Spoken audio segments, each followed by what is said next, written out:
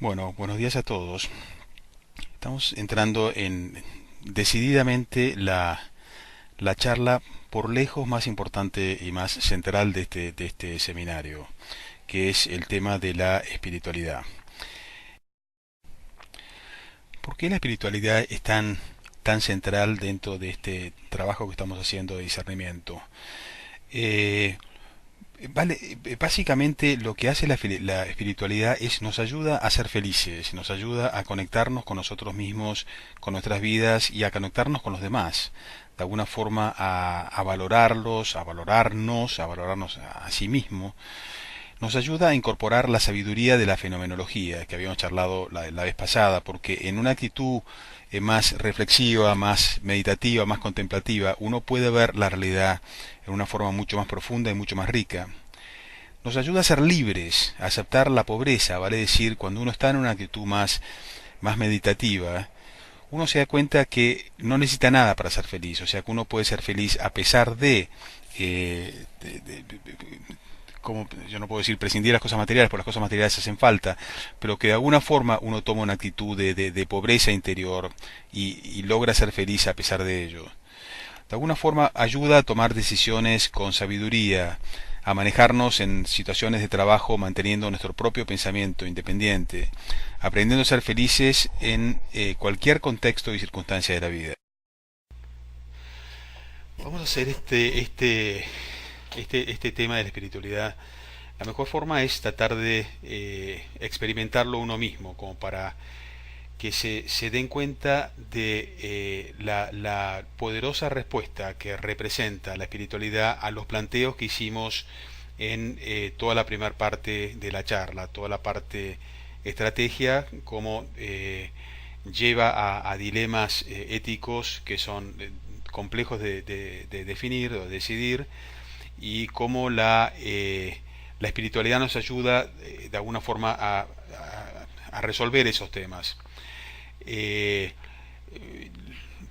la idea es que de alguna forma también podamos vivir la respuesta a lo que planteamos en el slide anterior, lo que es la visión de Juan Pablo II, la fenomenología, el realismo, o sea, tener una visión como más amplia.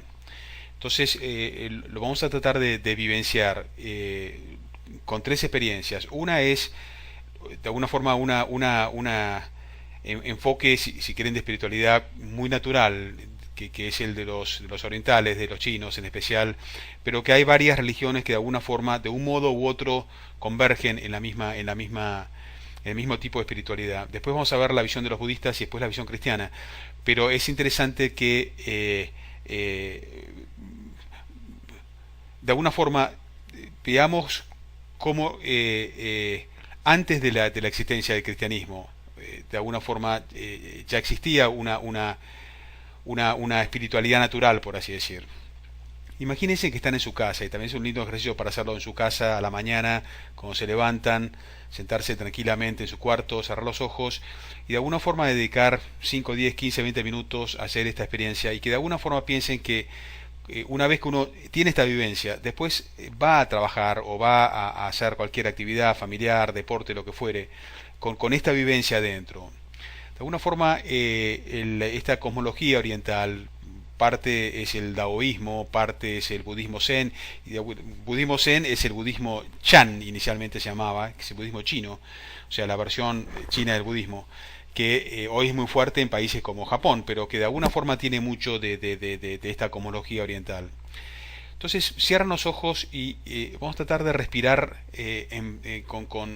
con mucha serenidad y con mucha profundidad. Es un ejercicio para hacerlo de forma personal en silencio. Ese aire que de alguna forma estamos respirando ha existido durante millones de años, probablemente. Eh, es común a toda la humanidad, es común a toda la naturaleza. Entonces, de alguna forma uno empieza a entender esta mística o el efecto de la meditación o el efecto de la contemplación. Uno se siente parte de toda la naturaleza, uno se siente integrado y en armonía y en paz, que de alguna forma formando parte de todo un mundo exterior. Eh, Ese aire entra dentro de nuestros pulmones y de alguna forma pasa a formar parte nuestro. O sea, nosotros pasamos a través del aire que se mezcla con la sangre, esa sangre se mezcla con nuestro organismo, o sea, todo ese aire puro, toda esa paz de alguna forma entra dentro de uno. Entonces uno vayamos respirando con serenidad. Eh, Eso nos ayude a expandirnos mentalmente. En silencio, respirando, de alguna forma nos ayude de alguna forma a expandirnos, a tener un conocimiento más profundo, más sereno de las cosas. Pasa a formar parte de nuestra vida, de nuestra personalidad. Nosotros pasamos a formar parte de todo mundo que queremos vivir con serenidad. Nos ayuda a tener una mente abierta, despreocupada. Este aire existió durante millones de años y la gente ha vivido durante millones de años. Somos parte de todo ese mundo. Con una actitud más benevolente, más compasiva, más sabia. Pasamos a la segunda parte, del segundo elemento de la cosmología oriental. El primero fue el aire, el segundo es el agua. Una vez que nosotros nos damos cuenta que ese aire entra dentro nuestro, entremos en cómo ese aire se mezcla con nuestra sangre y empecemos a tomar conciencia ya no de nuestra respiración, sino además de los latidos de nuestro corazón. Y eso es algo que a medida que lo vamos haciendo da una profunda paz interior.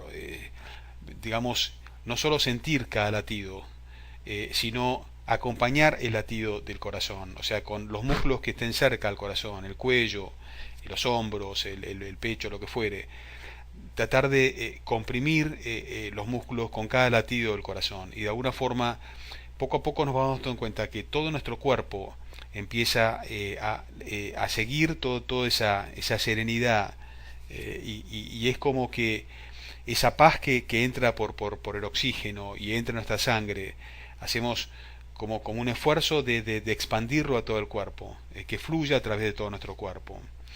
Es como que nuestra sangre es como un gran río, un gran lago. Las plantas se adaptan al medio ambiente, crecen, cambian de acuerdo a la dirección del sol, cambian de acuerdo a la dirección. Bueno, nosotros también, de alguna forma esa sangre pasa a ser como parte de nuestra propia naturaleza. Las emociones, la flexibilidad, la elasticidad, son todas partes, van a pasar a ser todas partes de ese corazón que va latiendo. Va generando todo un organismo más sereno, más adaptable, más flexible, más pacífico. ¿eh? Eh, Vamos a entrar en la ¿cómo se dice? En el tercer componente de la cosmología, que es la parte de la Tierra, los objetos duros, los objetos sólidos, las montañas, las piedras, que de alguna forma no son más resistentes al cambio. Y eso lo vamos a ver en nuestro propio organismo, o sea, nuestros músculos ya no fluyen como fluye de alguna forma el aire o la sangre. De alguna forma eh, ese aire que entra, que se mezcla con nuestra sangre, va a parar nuestros músculos, tratar de sentir los músculos. Seguimos sintiendo los latidos del corazón, pero tomamos como más conciencia de todos esos músculos que están dentro nuestro. Y esos músculos son más físicos, más estables, sentimos más la resistencia al cambio, que hay cosas en nosotros que permanecen más, que no cambian, son propios nuestros, son nuestros músculos, es parte de nuestra naturaleza. Eso nos da serenidad, nos da confianza, sabemos de alguna forma quiénes somos. Siguiente elemento es el fuego. Eh, Eso nos permite en todo este ejercicio de ir absorbiendo el aire, la sangre, los músculos, de alguna forma también empezar a absorber nuestra propia emocionalidad, nuestra propia energía, nuestras motivaciones, nuestros deseos, nuestras intenciones, nuestro espíritu de alguna forma más fuerte. En este, de alguna forma, ejercicio de serenidad, de meditación, de contemplación, nuestras emociones también son parte, si estamos contentos, si estamos tristes, lo que sentimos, son partes de alguna forma de toda esta serenidad. Por último, el último elemento es el vacío, el cielo, las cosas como más espirituales, el espíritu, el pensamiento, la energía creativa, nuestra capacidad de pensar, de comunicarnos, nuestra creatividad, de alguna forma nuestra inventiva, nuestra espontaneidad, de alguna forma todo eso forma parte de nuestro espíritu, de alguna forma el símbolo del vacío de nuestro espíritu. Entonces, de alguna forma, nosotros con todo este ejercicio lo que vamos logrando es toda una actitud de pacificación, de armonía, de formar parte del mundo, formar parte de la naturaleza. Vamos a hacer un segundo ejercicio, un poco a continuación del anterior, y es casi un ejercicio que uno lo podría hacer todos los días de la vida. Y es un ejercicio que, igual el anterior, que uno lo puede hacer no solo cuando está solo en la casa a la mañana o en un momento de silencio, sino que uno lo puede hacer en cualquier momento, cuando uno va a trabajar en colectivo, o manejando, o en el charter, o lo que fuere, o uno, cuando uno está realmente en una reunión de trabajo por ahí acalorada, con la gente nerviosa, ansiedad, que uno pueda tener esta capacidad de ir bajando las revoluciones, de ir sintiendo el aire, sintiendo los latidos del corazón, tratando de acompañar esos latidos del corazón, eso va relajando todo el cuerpo, sintiendo, o sea, todo ese ejercicio que uno lo puede hacer en cualquier momento y que de alguna forma, especialmente en momentos de tensión o de acaloramiento, o de peleas en el trabajo, lo que fuere, o cuando hay que tomar decisiones complejas, uno lo pueda llegar a hacer. El ejercicio del budismo va un paso más allá. De alguna forma, los budistas son los campeones de la meditación, los que más lo han desarrollado a lo largo como se dice, de los últimos 25 siglos, digamos, desde Buda, que es alrededor de 500 años antes de Cristo. Y de alguna forma, la esencia del budismo es el rol que tiene la meditación y la espiritualidad.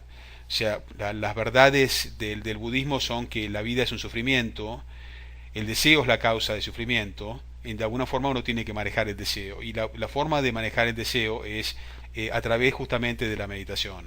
Obviamente el deseo nunca va a desaparecer, y los budistas lo saben, pero de alguna forma lo que se busca es tratar de buscar un equilibrio donde el deseo vaya de alguna forma vaya ocupando un lugar más sereno. Es un tema largo, da para hablar muchísimo, estas charlas son todas comprimidas. Como se dice, sería muy lindo contar la historia del Buda, cómo llegó, cómo hizo todo su propio camino personal. Pero bueno, por lo menos vamos a tratar de aplicar. Ustedes, si quieren hacerlo, pueden hacer. Se meten en internet, van a encontrar 400 millones de vidas del Buda si les interesa. De alguna forma, la forma de vivir esa meditación son lo que se llama los 8 caminos. Y los 8 caminos básicamente es cómo la meditación va influyendo, o la actitud más contemplativa, más reflexiva, es como que va influyendo en los distintos aspectos de la vida. Por ejemplo, cómo la meditación ayuda a tener una visión recta o una visión correcta, libre de prejuicios, libre de errores, libre de depresiones, de actitudes de angustias. De alguna forma, la meditación permite ver las cosas en su verdadera dimensión, con realismo, lo que tal vez los griegos llaman con prudencia, con sabiduría. Segundo, la meditación ayuda a tener la recta intención, de alguna forma, que uno, la intención no surja de la angustia, del dolor, del placer, sino que sea algo que surja de una naturaleza en equilibrio, balanceada, serena, capaz de contemplarse a sí mismo, contemplar a los demás, contemplar la realidad, y eso genere una intención recta. El recto hablar es la siguiente, de alguna forma un discurso que tenga sentido, pensamientos y sentimientos que sean verdaderos, honestos, auténticos, congruentes. De alguna forma la meditación ayuda a evitar un diálogo sin sentido.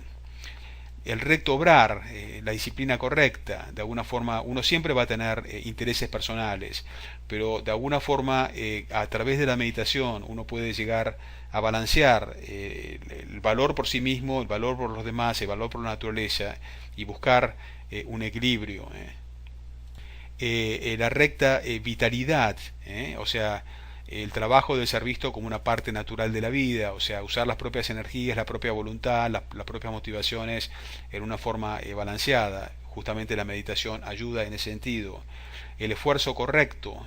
Acá está la anécdota de que un músico le preguntó al Buda, ¿debo controlar mi mente o debo por completo dejarla ir? Y la respuesta del Buda es, ¿cómo haces para afinar un instrumento de cuerda? Y él dice, bueno, ni demasiado apretado ni demasiado suelto. Entonces la respuesta del Buda, bueno, eso es lo que tenés que hacer. Es un balance, es un equilibrio. Y eso sirve para la vida. Uno constantemente está tomando decisiones. Y uno no sabe si está yendo demasiado lejos, está quedando demasiado corto. Entonces de alguna forma la respuesta es el esfuerzo balanceado, la atención correcta, estar en contacto con el medio ambiente, en contacto con los demás, tener una vista panorámica, como tomando un poco de distancia, viendo las cosas un poquito de afuera en cierto modo. La absorción correcta, o sea, de alguna forma estar plenamente presente en el hoy, en el presente. Entonces, como ven, son todas un paso más de lo que vimos en la meditación anterior, en cómo hacen los daoístas o como se dice, toda esa religión más natural de los orientales. Acá es como que eso se traduce en una serie de conductas, de visiones, de intenciones, de esfuerzos, de acciones, que tiene tremendamente un poder tremendo para la propia vida. Es como que es un ejercicio que uno lo puede hacer constantemente a lo largo del día. Como les digo, en medio de una reunión, en medio de una charla, cuando uno está caminando, cuando uno está en el colectivo, de alguna forma ir incorporando de la meditación y que la meditación lleve a este tipo de actitudes. Vamos a entrar ahora de alguna forma la espiritualidad como más bíblica, más cristiana, si ustedes quieren. Pero también está presente en las religiones de la Biblia, por más que la Trinidad no es, no es explícita, pero está presente en distintas partes del Génesis. Por ejemplo, en la creación, digamos, hay como tres modos de creación, donde claramente uno refleja la visión más del Padre, más del Hijo, más del Espíritu Santo. Pero no vamos a entrar en eso, porque si no nos vamos un poco de tema. Pero básicamente imaginarnos dentro de lo que podamos cómo es el funcionamiento de la Trinidad. La Trinidad es tremendamente contemplativa, si ustedes quieren, en el sentido que existe una valoración entre los miembros de la Trinidad que genera de alguna forma toda una energía creativa. Es muy interesante porque de alguna forma, entendiendo toda esa dinámica de la Trinidad, es fácil entender el budismo y el daoísmo que siguen la misma dinámica. En una actitud contemplativa se produce todo ese proceso de valoración y todo ese proceso de armonía y de unificación y que de alguna forma es claramente presente en la Trinidad. De alguna forma es muy interesante porque cuando ustedes ven el catecismo de la Iglesia Católica, está enfocado en tres grandes temas. El primer tema es el valor de la persona. Y ustedes dicen, bueno, esto está presente en la Trinidad de alguna forma, la alta dignidad de cada uno de los miembros de la Trinidad. Y nosotros lo tenemos presentes de otra forma, o sea, el catecismo lo expresa de otros modos. El hombre es creado a imagen y semejanza de Dios, alta dignidad. El hombre tiene una vocación a las bienaventuranzas divinas, alto valor, alta dignidad. Todo el concepto de que el hombre fue creado racional y libre, o sea que puede tomar decisiones morales correctas, con prudencia, con justicia, etcétera, con virtudes teologales, con fe, con esperanza, con amor. Jesús viene a redimir al hombre del pecado, o sea que de alguna forma Dios mismo entrega a su Hijo a la muerte porque el hombre vale. Entonces es como que no queda duda cuál es el valor de la persona, el valor del individuo, si quieren, que es uno de los pilares de la Trinidad y uno de los pilares de todo lo que estamos charlando en este seminario. El segundo gran valor que está presente en la Trinidad es el concepto de comunidad. De alguna forma esa visión comunitaria de la Trinidad se refleja en lo que es cómo el hombre forma parte de una comunidad, forma parte de una sociedad, forma parte de una familia. Eso genera todo el concepto de bien común, justicia social, solidaridad, etcétera. Y el tercer componente, de vuelta lo tienen presente en la Trinidad, es un poco toda la relación entre el individuo y la comunidad, toda esa interacción que también está presente en la Trinidad, toda la dinámica entre el Padre y el Hijo, si ustedes quieren. Y es muy interesante porque cuando ustedes ven los mandamientos, ven como clara la referencia al rol del individuo o al valor del individuo y al valor de la comunidad. Cada uno de los mandamientos lo vuelve a reflejar de una forma y de otra, lo vuelve a repetir, lo vuelve a repetir. O sea que de alguna forma el valor del individuo, el valor de la comunidad y la interacción entre ambos es un poco el origen de todos los mandamientos.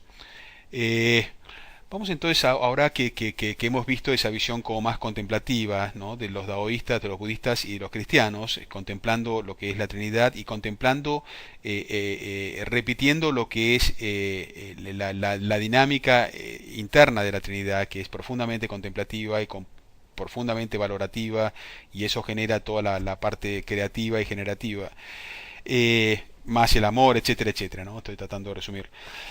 Pero una vez que hemos entrado en esas tres espiritualidades, es interesante tratar de ver a través de la literatura, de alguna forma, cuál es el efecto de esto. Y acá prefiero usar literatura antes que opiniones personales, porque me parece que tiene más valor que veamos lo que opina mucha gente que ha profundizado en el tema que ha investigado el tema.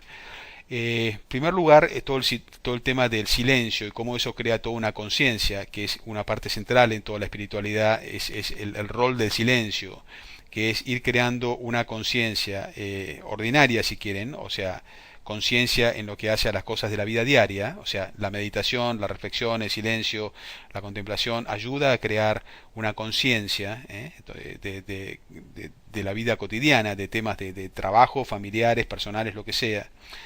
También ayuda a crear una conciencia espiritual, o sea, de temas más personales, relacionales, que de alguna forma, digamos, no físicos, y una conciencia divina, si quieren, o sea, ya en relación con el mismo creador. Si eh, Vamos a ir entrando en distintas dimensiones de lo que es la espiritualidad. Por ejemplo, hay distintos modos de meditar y cada modo de meditar aporta distintos ingredientes. Por ejemplo, una forma de meditación es lo que es la concentración, que de alguna forma, un poco el ejercicio que habíamos hecho hace un ratito, de silencio, respiración, ir concentrándose en los distintos temas del cuerpo, un poco como habíamos hecho con la religión esta más oriental, usando un mantra, una palabra que hay un montón de, uno puede ser Om o puede ser la gente de meditación cristiana usa la palabra Maranatha, que significa ven Señor, entonces va diciendo Maranatha al ritmo de la respiración, y el objetivo justamente es generar silencio, o sea, el objetivo de todas estas palabras, mantra, lo que sea, es generar silencio, o sea, que el cerebro deje de funcionar y de alguna forma vaya facilitando esa actitud más contemplativa. También los católicos usamos el rosario, digamos, hay bastante más palabras en el rosario, pero de alguna forma también ayuda a ir creando una actitud más de silencio interior y más reflexiva. En el fondo hay momentos para todo, momentos para rosario, momentos para Maranatha, o momentos para Om, o momentos para lo que fuere, ¿no? El segundo efecto que tiene, que ya no es concentración, o sea, concentración en el sentido de eliminar ruidos, o sea, de poder enfocarse específicamente en la parte espiritual y no estar pensando que tengo una reunión dentro de 10 minutos y que me olvidé que tal cosa en el auto. Segundo, de conciencia, es de alguna forma todo lo que vimos en el caso del budismo, un poco mirar las cosas desde afuera, no envolverse emocionalmente, lograr una presencia, ¿se acuerdan que lo vimos? O sea que de alguna forma ese silencio ayuda a estar presente, consciente, unido, armónico interiormente, armónico hacia afuera. Tercero, el concepto de rendimiento, de rendirse, o sea, de dejar ir, que es central en el budismo. Recuerdan que el budismo arranca diciendo que de alguna forma los deseos son los que producen la infelicidad. Bueno, entonces hay que dejar ir los deseos dentro de lo que uno pueda, dejar ir los pensamientos. Solo importa, es una cuestión de intención, de ir dirigiéndose hacia Dios, dejando, abandonando y aceptando de alguna forma la pobreza. Ahora que la pobreza es un tema que está constantemente presente en la espiritualidad. De alguna forma, cuando uno está haciendo oración, no está produciendo plata, si ustedes quieren. O sea que aceptar hacer oración es genuinamente una actitud de aceptar una pobreza y aceptar dejar las cosas en manos de Dios en lugar de hacer las cosas que uno quiere hacer. La lectio divina famosa de los benedictinos, que tiene las famosas tres, tiene parte de estas tres, de concentración, de conciencia y de rendirse. Es leer, meditar, orar, contemplar. De alguna forma incorpora estos cuatro ingredientes, si ustedes quieren. Fíjense que estamos siguiendo varios autores, ¿no? O sea, cada página estoy tratando de reflejar la visión de distintos autores que han profundizado en todos estos temas, ¿no? La visión de William Shannon, eso que le pongo en paréntesis es el libro que de alguna forma estoy usando como referencia. Es decir, que lograr esa conciencia, ese silencio, esa concentración no es fácil porque hay muchos obstáculos. Primero, la cultura nuestra, que es muy hiperactiva y hiperproductiva, donde hacer o tener es más importante que ser, de alguna forma. O sea, que de alguna forma uno se concentra más en producir que en estar bien uno mismo, si quieren. Nuestra propia personalidad, nuestro cerebro, que produce pensamientos preocupados por el futuro, angustiados por temas que han pasado, etcétera, etcétera, y no enfocados en el presente. Y eso hace que sea difícil mantener la calma y por lo tanto no es fácil contemplar. Entonces, recomendaciones: vivir el presente, vivir el presente, vivir el presente. Eso todos los meditadores o contemplativos lo mencionan como que es lo más importante. O sea, dejar ir, vivir en el presente, despreocuparse por futuro, no estar constantemente repensando el pasado, etcétera. Hay dos formas de oración, también es interesante saberlo, que hay una oración que es como que incorpora más, si quieren, todas las facultades, la razón, la memoria, la imaginación, etcétera. Es la típica oración como más ignaciana, es más racionalista. Y hay una segunda oración que es como más intuitiva, más de silencio, que no usa ninguna facultad, es más perceptiva, más de meditación, de silencio, de dejar los pensamientos. Entonces, de alguna forma, eh, cada una tiene sus ventajas y sus desventajas, si quieren, cada una tiene sus momentos en la vida, momentos que uno por ahí necesita la primera, que es más racionalista, o la segunda, que es más intuitiva, más de silencio. Entonces, San Ignacio plantea que hay 5 tipos de distracciones. La primera es lo que son los pensamientos ordinarios, o sea, tengo una reunión entre 2 horas y estoy ya pensando qué es lo que voy a decir. Segundo, pensamientos atractivos. Muchas veces cuando uno se pone a hacer oración y uno quiere estar en silencio, quiere estar haciendo una cosa más reflexiva, más meditativa, más contemplativa, aparecen fantasías que a uno lo distraen. Por ejemplo, qué lindo sería estar en la playa, o qué lindo sería estar en casa, o qué rico sería comerse una pizza, o lo que fuere. Tercero, hay intuiciones tipo iluminaciones, que son como más místicas, que de alguna forma pueden ser positivas o pueden ser también distracciones de lo que uno está haciendo. Hay cosas autorreflexivas, por ejemplo, uno se pone a meditar y se da cuenta que no está meditando, que está con la cabeza en otro lado. Entonces uno se pone se aleja del camino, se pone a pensar por qué no estoy pensando, por qué no estoy reflexionando, debería estar reflexionando, soy un flojo, etcétera, etcétera. Hay toda otra serie de distracciones que vienen del subconsciente, del inconsciente. Estoy enojado, estoy ansioso, estoy preocupado, etcétera, etcétera. O sea que, como ven, hay como muchas distracciones. Entonces, la única forma de resolverlo es volver al silencio, volver al mantra, volver de alguna forma, tratar de evitar paso a todos esos pensamientos. Muy interesante, hay muchos autores que de alguna forma le dan una justificación teológica a esta espiritualidad, o sea, para que no parezca solamente un ejercicio de respiración o lo que fuere. Entonces, bueno, San Juan de la Cruz es posiblemente el más famoso, si quieren. Recuerden, Juan Pablo II, que toda su tesis doctoral se basó en la espiritualidad de San Juan de la Cruz. Es todo un tema. Hablar de San Juan de la Cruz implicaría dejar esta charla y dedicarse a hablar horas y horas. Pero básicamente refleja todo lo que hemos dicho. El silencio, el abandono, la noche espiritual significa que uno abandona sus seguridades, se pone en manos de Dios y Dios no aparece. Entonces uno se siente completamente a la deriva. En fin, es todo un tema realmente. San Juan de la Cruz, son lindísimas las obras, vale la pena leerlas, pero bueno, es otro tema. Eh, la muerte del propio yo, eso está constantemente presente en distintas partes de la Biblia. Quien quiera salvar su vida la perderá, que no se haga mi voluntad sino la tuya. Más bien se vació a sí mismo, asumió la forma de esclavo y se humilló. ¿Se acuerdan la frase de San Pablo? O sea que constantemente está el ejemplo de Jesucristo, o frases bíblicas donde está el concepto de un poco de muerte, ¿no? La muerte en la cruz, y que de alguna forma es un acto de fe. Uno confía en Dios y a partir de ahí Dios se hace cargo, etcétera, etcétera. Paul Robes, famoso teólogo jesuita, da también muchas interpretaciones bíblicas de por qué hace falta la meditación. los 40 años en el desierto de los israelitas, los 40 días de Jesús en el desierto, o sea, la necesidad del desierto, del silencio interior, etcétera. Todos tenemos que ir a través de nuestros viajes, nuestros propios desiertos, conocer lo que realmente somos, entender nuestros sentimientos, nuestras tristezas, nuestras emociones, incertidumbres, ansiedades, nuestros sueños, nuestros deseos, o sea, realmente saber quiénes somos. Y para eso hace falta realmente la meditación. Nuestras luces y sombras, las libertades y esclavitudes, nuestras psicologías, nuestras historias, nuestros miedos y confusiones. Tenemos que conocernos a nosotros mismos para evitar ser víctimas de nuestras circunstancias, para ser libres realmente. Recuerda que eso lo habíamos planteado más temprano, para entender por qué no lo logramos, por qué nos divorciamos, por qué perdemos el trabajo, por qué tenemos ideales inconclusos, por qué estamos solos, por qué tenemos enfermedades. Todo eso es justamente, como ven, es la justificación bíblica o teológica, si quieren, de para qué estamos haciendo este ejercicio de meditación. También hay una psicología de la espiritualidad, es muy interesante, hay muchos autores que hablan de esto, el famoso Thomas Keating ¿cómo se llama? De la oración centrante, que es uno de los líderes actuales de la iglesia católica, de todo el tema este de meditación. Meditación, relajación, conciencia, conexión con el inconsciente, con el verdadero yo. De alguna forma, la meditación ayuda a que uno entre dentro de del propio subconsciente, de la propia psicología, que descubra los dolores, que es una especie como de psicoterapia de alguna forma. O sea, la espiritualidad tiene un fin psicológico.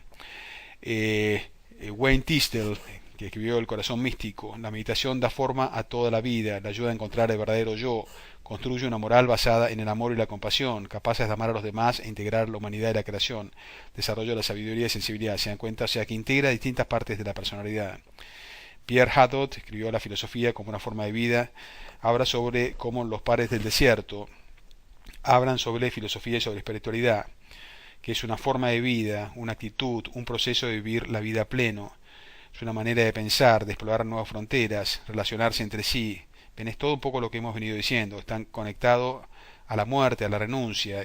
La pobreza lo plantea el budismo como parámetro número uno. La falta de apego. Los budistas hablan de no apegarse, no aferrarse a las cosas. Es lo que realmente da libertad y da felicidad. Se hace. Realmente para poder tomar decisiones uno primero tiene que ser libre. Si yo no soy libre, es muy difícil voy a poder tomar decisiones como se dice, realmente genuinas. Gerald May también es un tipo muy reconocido en toda la parte espiritual, escribió Cuidado de la mente y del espíritu. La psicología juega un papel central en la espiritualidad del ser humano.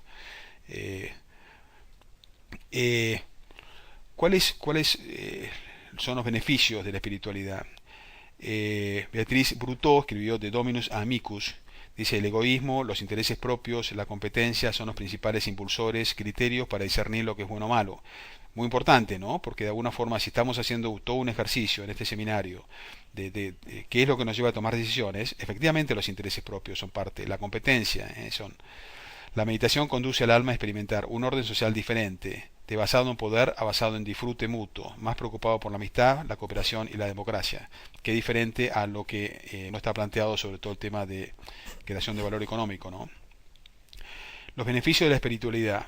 Dreyer escribió Tierra repleta de cielo. Hay diferentes espiritualidades, diferentes caminos espiritualidades, diferentes caminos. Y él, de alguna forma, la voy a plantear solamente un par. Es la espiritualidad del día a día, o sea, de disfrutar de un bosque, de una montaña, de un lindo día, del silencio, de los pajaritos, los pájaros cantando, lo que sea, ¿no? La belleza en la relación en las relaciones humanas, de la belleza de la amistad, de la familia, de los hijos, nuestra capacidad de crear a través de nuestro trabajo. El trabajo, de alguna forma, es un camino de espiritualidad valiosísimo, riquísimo, todos los que hemos trabajado y hemos tenido toneladas de angustias y de preocupaciones y el miedo a que uno lo despidan y cómo hago para llegar a fin de mes y traer dinero a casa. De alguna forma es gigantesco el sufrimiento que uno carga a lo largo de la vida y que de alguna forma uno es un excelente ejercicio de no apegarse a las cosas, de aceptar que a veces uno tiene que renunciar, que fracasar, de conocer nuestras limitaciones, las miserias, conducirnos a una vida más humilde. Uno está constantemente en el mundo del trabajo aprendiendo a ser humilde. nos lleva a servir a los demás, a vivir en comunidad, a aprender de los otros, quiénes somos, cómo vivir con los demás, cómo trabajar juntos. Trabajo es un desafío para demostrar nuestros valores. Ahí en el trabajo es cuando uno se da cuenta realmente quién es, o sea, qué valores son los que uno defiende, qué es lo que uno está dispuesto a sacrificar. La contemplación es parte de nuestra vida, nos ayuda a vivir una vida sencilla, feliz y significativa, ver la bondad alrededor. Fíjense que cómo en la vida diaria, cómo la espiritualidad ayuda a vivir la vida de un modo completamente diferente, con mucho más profundidad, con mucho más riqueza y aprovechando las cosas, las oportunidades que la vida nos da para enriquecernos espiritualmente. Patrick MacDonald, Fundamentos de Crecimiento Espiritual. Cómo hacer frente a las dificultades de la vida es un valioso camino fenomenológico. La autenticidad personal, la capacidad de escuchar a los demás, tomar riesgos, aceptar las limitaciones. Recuerdan lo que habíamos puesto, el ejemplo ese de cuando uno está parado frente a la manzana. De alguna forma, la espiritualidad es claramente un camino fenomenológico. O sea, que ayuda a ver las distintas fases de la vida y a uno mismo, a entender a los demás y a entenderse a uno mismo. A tomar riesgos, y es una forma de conocer más, de profundizar, de llevar una vida más rica y más creativa. Alan Jones, siempre en la misma línea, en el libro Dirección Espiritual como Contemplación, habla de los beneficios de la contemplación, como enseñan el budismo, el hinduismo y las tradiciones, que fue un poquito el ejercicio que hicimos al principio de esta charla. Desapego, aprender a amar la pobreza, la capacidad de sentir admiración y amor por la creación. Recuerdan, siempre estamos hablando de la palabra valoración, valorarse a sí mismo, valorar a los demás, valorar a la creación. La capacidad de amar al otro sin tratar de controlarlo y poseerlo, o sea, el no apegarse a las cosas, de felicidad y paz, la capacidad de estar en contacto con nuestras propias limitaciones de una manera humilde y honesta, como enseña la epopeya de Gilgamesh. Es muy linda la epopeya esa, me gustaría explicarla, tal vez lo voy a hacer en el foro de discusión para no consumir tanto tiempo. En la epopeya de Gilgamesh, de alguna forma, todo el proceso de sabiduría y de crecimiento pasa por enfrentar la muerte, enfrentar las dificultades y a partir de ahí del sufrimiento, y eso lleva a ganar sabiduría y que uno se comporte realmente como una persona con integridad. Kenneth Leach, del libro Amigo del Alma, como expresa Merton, la necesidad de tomar distancia del mundo para tener... Esto es interesantísimo, Kenneth Leach, realmente eso es un luchador de temas sociales, pero fíjense lo que dice. Escuchar más voces casi marginales al sistema, en la periferia de la sociedad, empujando las fronteras de la existencia humana, tratando de ir más allá. La meditación conduce a visión e ideas claras. Fíjense la última frase. La injusticia y la fragmentación social se perpetúan a través de la percepción parcial, falta de voluntad y la incapacidad de ver, por lo tanto, de actuar. Fíjense que es el corazón de todo este seminario. O sea, el corazón de este seminario justamente es reconocer que nosotros, los ejecutivos que estamos en el mundo de los negocios, tenemos una visión muy parcial. Y esa visión parcial es la que hace que tomemos decisiones o que no tomemos decisiones, que nos falte voluntad, nos falte capacidad de ver y por lo tanto no actuar justamente por tener una visión parcial. Justamente el objetivo central de este seminario es dar una visión más completa, más amplia. Y para eso estamos hablando todo el tiempo de la fenomenología, que ayuda a ver la realidad en una forma mucho más amplia, como plantea Juan Pablo II. Fíjense que esta frase es gigantesca, está sintetizando todo este seminario. Y por último, una especie de vuelta, de raconto de todo lo que veníamos diciendo. Anne y Barry Ulanov, en el libro La Voz Principal, es un enfoque muy fenomenológico de la espiritualidad. Debemos prestar atención a nuestras fantasías, ya que muestran lo que llevamos adentro, nuestros verdaderos deseos, nuestras expectativas, nos dicen lo que tenemos que curar, lo que realmente somos. Son un camino a nuestras raíces, son vida y deben ser Damatás, no, debo haber traducido mal eso. Abarcan nuestros verdaderos sentimientos, son parte de un arte interno que saca afuera nuestras realidades internas. O sea que de alguna forma ven, eso justamente una de las cosas de la fenomenología, digamos, que la fenomenología es como que considera diferentes modos de conocer y diferentes modos de percibir la parte simbólica. Yo no sé si recuerdan esto lo había comentado cuando hablamos en el principio de fenomenología. Bueno, acá habla específicamente más de la parte de nuestras fantasías, etcétera, que es un camino de conocimiento, como plantea la fenomenología. Laughlin Sorfield y Carol Giuliano, una espiritualidad que integre la persona total. Todos tenemos diferentes espiritualidades, incluso momentos diferentes. es efectivamente así, cada uno tiene una espiritualidad diferente, y eso es muy interesante porque eso es un poco el corazón de todo el trabajo de crecimiento espiritual. Reconocer que cada uno tiene su espiritualidad y cada uno tiene su camino, y que, ¿cómo se dice? Y que bueno, no imponerle a nadie un camino determinado, sino saber que cada uno tiene un camino diferente. Muchas gracias, espero que esto les ayude a buscar una respuesta genuina a todas las preguntas de las primeras de estas charlitas, de alguna forma, como de alguna forma todo el concepto de creación de valor. Acá tenemos una forma de ir buscando una solución a todo ese dilema. Bueno, muchas gracias y suerte con todo este ejercicio.